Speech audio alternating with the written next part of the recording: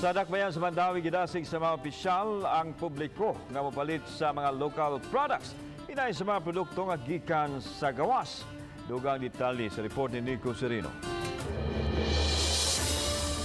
Sukad nag-ECQ si Ginang Susan Codinera, ana-ana naninda daplin sa daan sa barangay Gizo, Mandaue. Sa iyang sakyanan, ingon man e-trike, gidisplay ang mga baligya nga prutas ug utanon. Matod niya, kinahanglan nga manikay-sikay aron makakwarta pang konsumo sa pamilya. Aduna unta sila unit sa public utility jeepney apan nakaparada ra karon kay di pa makabiyahe bisan kun naka-GCQ na. Pangonsumo.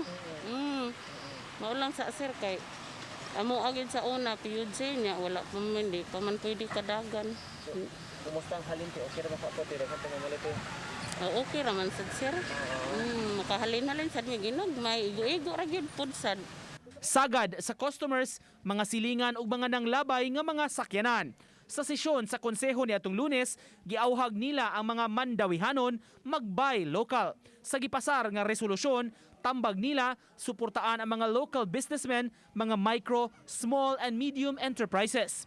Mamahimo kini pinaagi sa pagpalit sa mga local products ug mga serbisyo, lakip na sab mga delicacies. Gusto na itong i-upstart ang atong economy. Kay malit ka po tag-imported.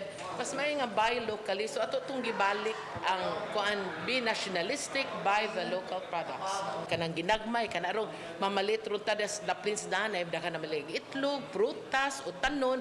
Kana na lang. Aron makabot kining katuyuan sa pagpamalit sa local services o products, giawhag ang Mandaue Chamber of Commerce ug bisan ang Mandaue PIO Office pagpahibaw sa mga Mandauehanon pinaagi sa mga advocacy campaign. Suportado sab kining maong lakang sa ehekutibo aron mulagsik pagbalik ang local economy. The board of brand sa enhanced community quarantine ug kita mismo no mga consumers ug kita nga mopalit ato na lang po ng tabangan sa ato mga kaigsunan nga mopalit tag local kay to jumpstart our economy lisod kaayo bitaw nga nang open na sila nya way mopalit mosamot na hinuon og ka down. Uban ni June Solon, Nico Sereno, Balitang Bisdak.